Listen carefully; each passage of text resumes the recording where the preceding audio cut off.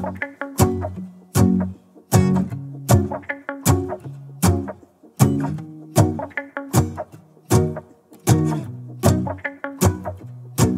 go outside, the snow is falling down and every child is having so much fun. The snowman is twice the size as me, with a smile as quirky as mine. We're holding hands to keep each other. Hello everyone and welcome back to another day of Vlogmas. So we have a book video today. First one of Vlogmas, not the last one of the year though, because we do have the books that I read in 2022 video coming up that I do every year. But I've actually read quite a few this year. I've read 22 currently. So that video that's coming up, it's going to be very, very rushed because I want to try and get them all in one video. So it's going to be like straight after the other.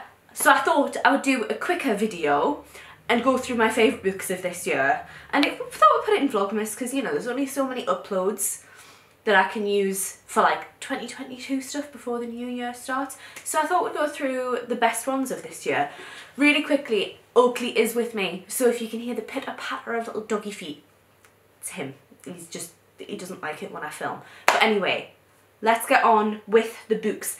I actually haven't gave any book 5-star this year, which is like, I know, but I found faults with like every single one that I read, which is annoying, but I got close and these are like my favourites.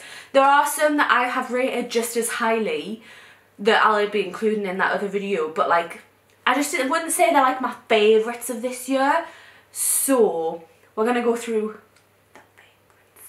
I'm going to start with the only non-fiction book that I read this year. So I definitely have fallen out of love with reading non-fiction. I really struggle to keep engaged with it, and I wasn't intending on reading any non-fiction this year. I normally read like self-help, self-improvement books, sex books like The Curious History of Sex and Mind the Gap and things like that. But this one, it felt like a book I needed to read. I am behind the curve on it because, like I said, I've been struggling to read non-fiction, but I have finally read Why I'm No Longer Talking to White People About Race. Like I say, this is the only non-fiction book that I read this year, and I am behind on it. It went viral, I think, in 2020. I think that was when it went viral. And I bought it around that time and just have never gotten around to reading it because of it being non-fiction. But I have read it. It is one of my favourites of this year. I think I gave it a 4.25 on the rating. The only reason I didn't rate it higher is because at some points I just found it quite difficult to read and to stay on track of everything. But it is a very good book. I don't think I have much to say on this one because like it's already been said on everything. It is very, very valuable. I think everybody should read it in the UK, mainly white people. But I mean, it's really interesting to hear more of the history. It made me... You alright? Yeah. It made me want to read more about Black history in the UK, because that was one thing that I loved about this book, was that it's specific to the UK.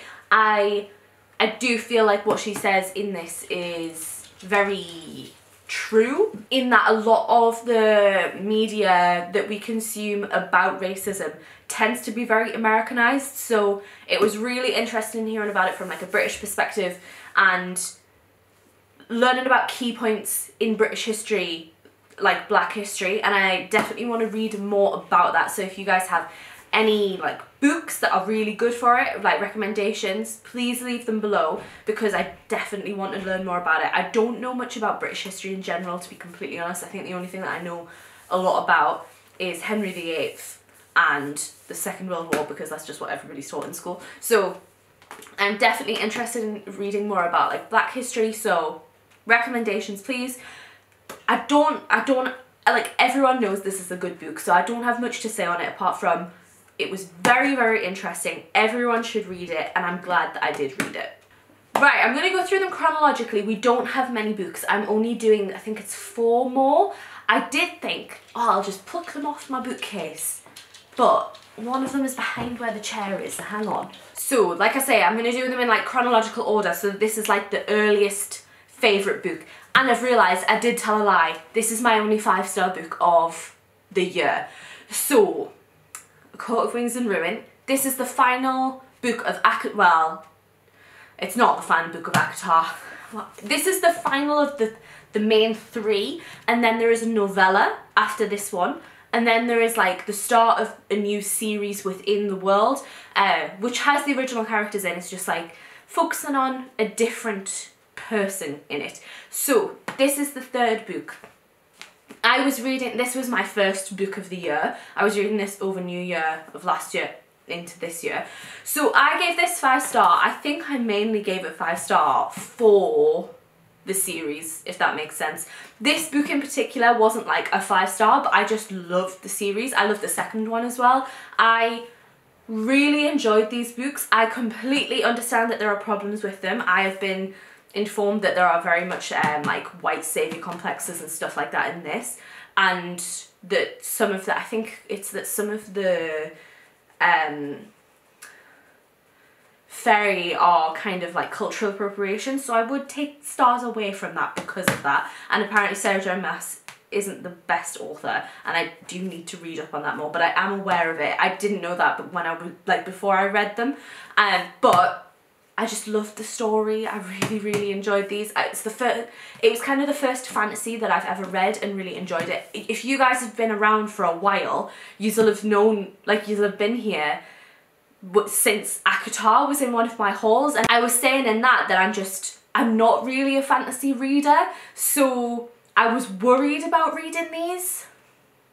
They are such an easy read, and they are definitely, like I've heard people describe it as, they like reignited people's love for reading.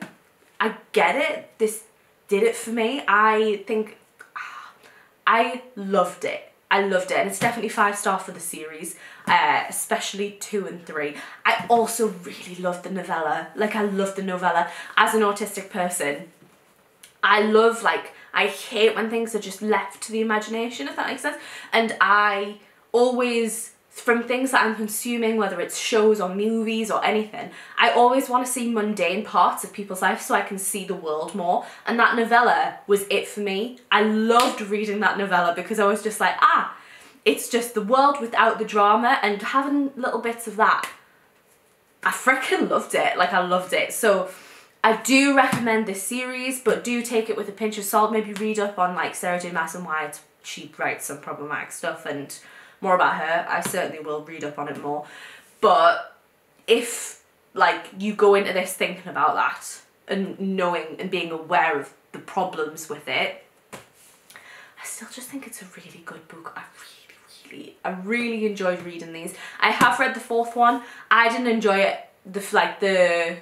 The most recent book, I didn't enjoy it as much. I'm not a fan of the character that it follows. It definitely got better at the end, but I don't know, there's a lot more like, I don't know, conflict within the person in that, and I didn't enjoy it. I really liked this.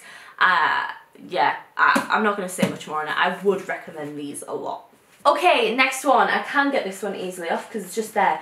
Oh, it's a facing book though, so it means everything's going to fall. Hang on, let's see if I can figure this out. Right, hopefully that they're going to stay. So, this is The Gilded Ones by Namina Fauna. The second one is here.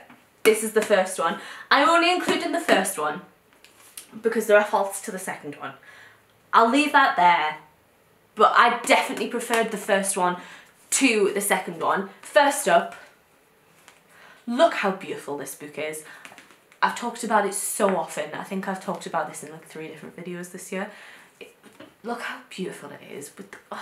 This is because it's a front forward facing, so we've had to come up with a contraction so the front covers don't like just flap open like this one kind of is. It needs fixed, but that's what this is. But look at the sprayed edges. Oh, it's such a beautiful book. That is what like drew me to it. I just think it's absolutely stunning. I gave this a 4.5. I can't remember why I didn't give it a 5. Yes, that's why. The reason I didn't give it a 5 star is I find it quite difficult to keep track of who some characters are. The descriptions of the people tend to just be given once and then that's it. So I find it quite difficult to keep track of who they are, and I was like, who is this person again? That's the only fault that I found in it. So if you haven't seen me talking about this in any of the other videos, I will read the blurb. So it's, are we girls, are we demons, are we going to die, or are we going to survive? In this bold and immersive fantasy, a young heroine fights to save a world that would dare tame her and discover she is her own fiercest weapon. Okay, so that's not the best blurb. So basically, in this world, it is based in a completely like fantasy world. There is a group of people, a race of people, I don't know what you'd call it, but they are called the Gilded Ones, and basically it is girls only, and if they bleed gold, they are seen as demons. Okay, so they're seen as like the worst thing in the world. They're like, because there is like a god type character, and they are seen as like demons, and they aren't good enough. And females in this book are kind of completely, what's the word? I can't remember the word that I mean. It's basically, it's like, it's the patriarchal society. Men are it, women aren't. They've got to wear masks once they hit puberty. Like, it's that women just aren't, I'm going to be shouting this word at me when I'm editing this back. Men rule everything, women aren't anything. And the Gilded Ones are like even worse. And it is surrounding this character who is a Gilded One. She doesn't think she's going to be a Gilded One. She is a Gilded One. And it follows her journey on how she gets trapped and things like that after. And there is a big twist as well. It is a good twist. I guessed it. But it is a good twist. Another reason I love this book is it is so inclusive. There is LGBTQ representation throughout it in terms of sexuality and in terms of gender, which is great. I think there is a non-binary character in this one. I think it gets mentioned in this one. If not 100% there is in this. I think there might be 2 non-binary people in this one, but there is definitely a non-binary character in this one, I think. And there is also content warnings at the front of this book. Every book should be like this. There is representation, content warnings, and I just freaking love it. I would 100% recommend this. It is YA, but it has very mature themes for a YA. Next one is very, I don't know, it's on the same level as Actar. It is a TikTok book. And it is, oh god, another forward facing one. Actually, everything's staying still. The Priory of the Orange Tree. Again, went into this thinking I am not going to like it. I do not like fantasy. I was wrong. This is a brilliant book. I gave this 4.5 stars. The only reason I didn't get a 5 is because I felt the ending was quite rushed. Believe it or not. For how big that is, I still felt like the ending was a little bit rushed. I don't know how that makes any sense. And also, right, let me explain what this book is. Let me read the blurb, and then I'll get on to what I thought about it. So, a world divided, a queendom without an heir, an ancient enemy awakens. That's it. Right, is there another blurb in here? Right, let me just describe what it's about. God, bloody hell, can I? It's so complicated.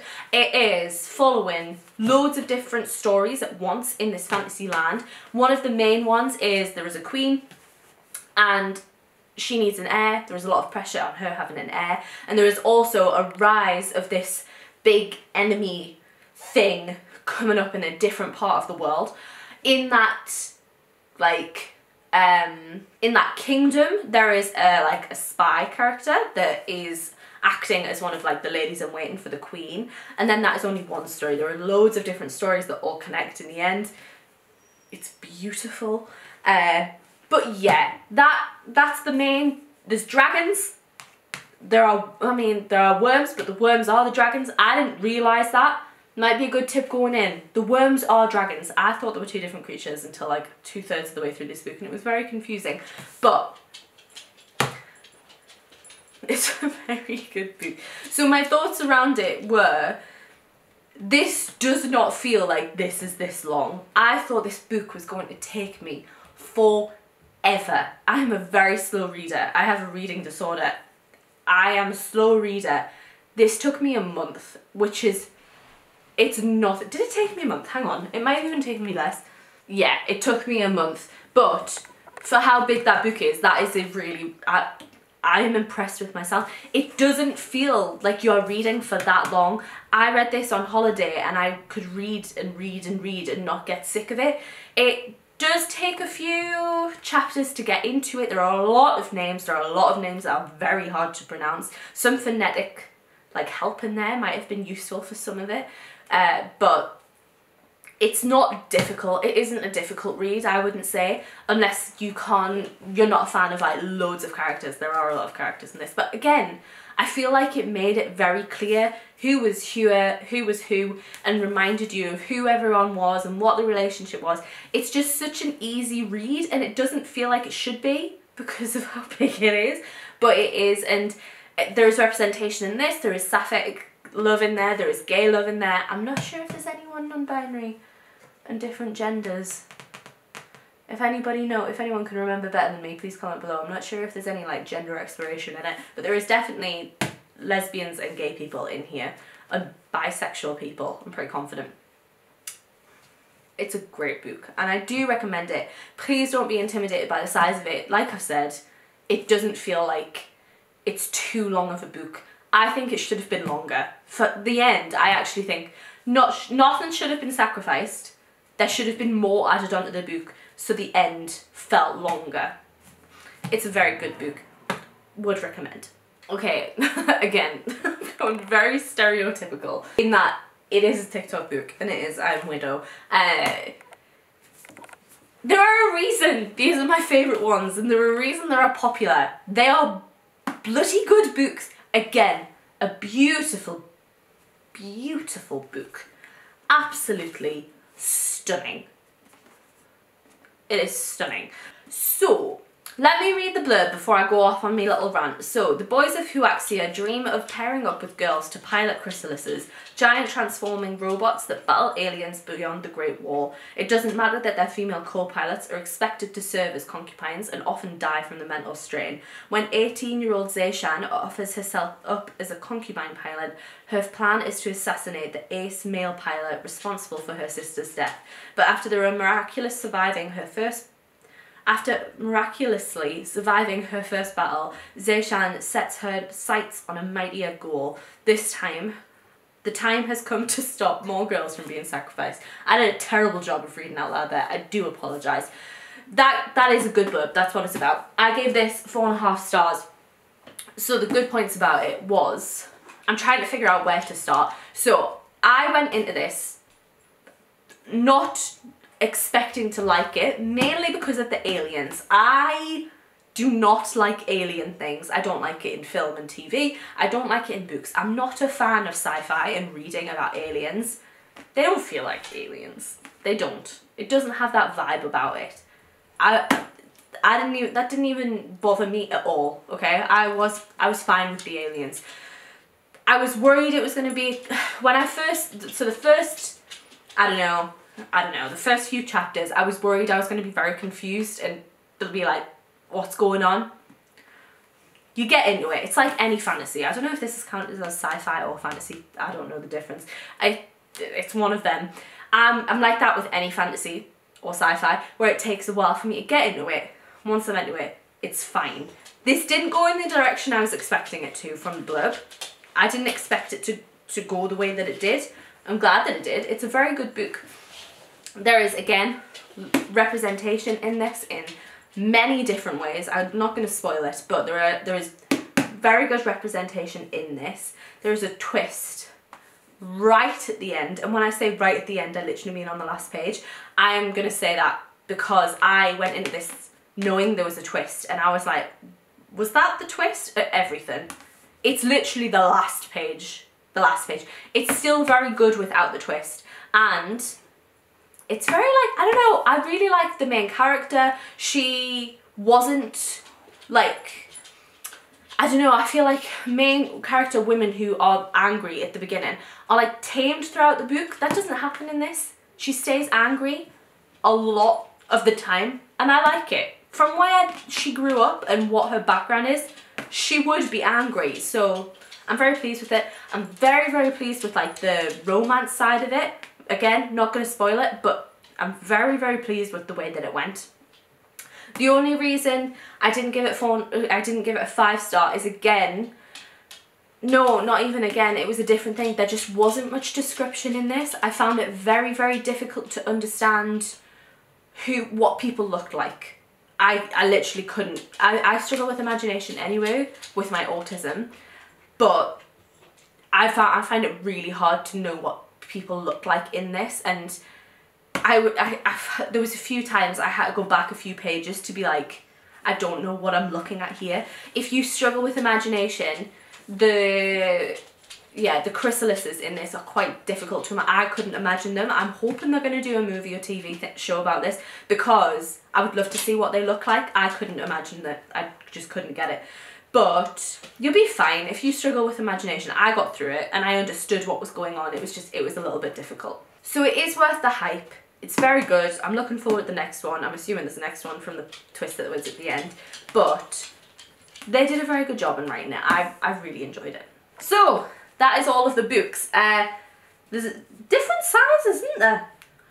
Prairie Heritage Tree is pretty much the same size as Court of Wings and Ruin. I'm very happy with this. I'm a bit disappointed there wasn't more, but I can't help the books that I read. I rated them the way that I rated them, and I'll stand by it. Like I say, there are some really good ones in there. I just wouldn't call them my favourites. So make sure you're around for that video. It'll probably go up sometime between Christmas and maybe like the week after New Year at some point. So please subscribe. If you have favourites that you've read this year, please let me know. Like I say, I'd love to get more high rating books in my like breadth of reading. So give me some good suggestions. I probably will end up reading them. If you disagree with any of them that I have said are my favourite, please let me know. I'm very intrigued to know why you didn't enjoy them. But even if you don't comment or any of that, thank you so much for watching. I hopefully will see you in another video, another day of Vlogmas, whichever you choose to come back for. Please subscribe if you are new. I had a goal of hitting 2,500 subscribers by the end of the year. That's not going to happen, but I would be very grateful to get as close to it as I can. But like I say, even if you don't do any of that, thank you so much for watching till the end, and I shall hopefully see you in another video. Bye bye.